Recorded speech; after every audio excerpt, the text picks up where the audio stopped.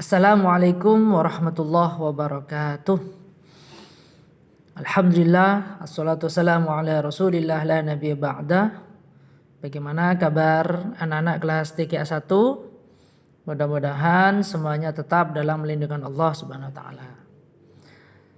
Untuk pelajaran fikih pada hari ini adalah halaman 25, yaitu melanjutkan yang kemarin. Kalau kemarin kita membahas tentang sholat jamak, sekarang kita membahas gandengannya sholat jamak itu adalah sholat qashar.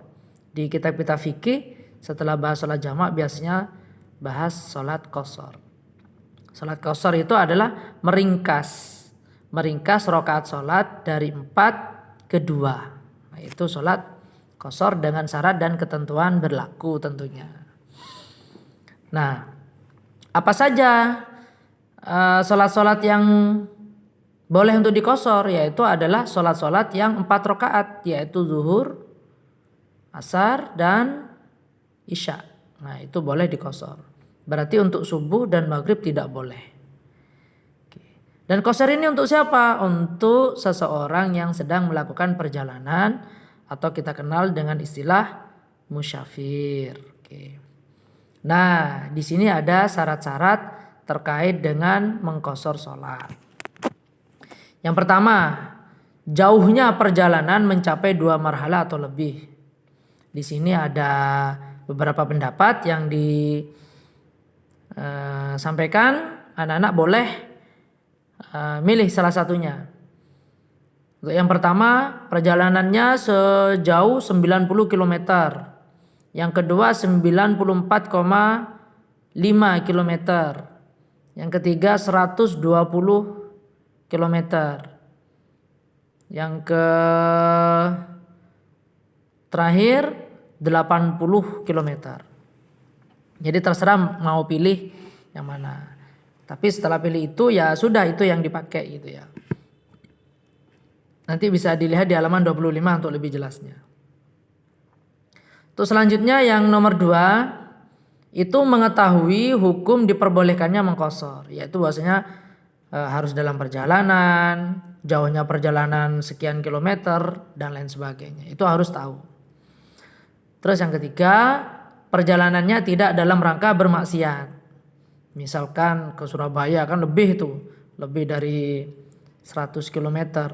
Ke Surabaya hanya niat untuk ngambil mangganya orang misalkan, itu tidak mencukupi syaratnya mengqashar sholat karena perjalanannya dalam rangka bermaksiat. Terus yang keempat, niat qashar bersamaan dengan takbiratul ihram seperti halnya sholat jamak dan lain-lainnya. Terus yang kelima, menghindari hal-hal yang merusak pada niat qashar.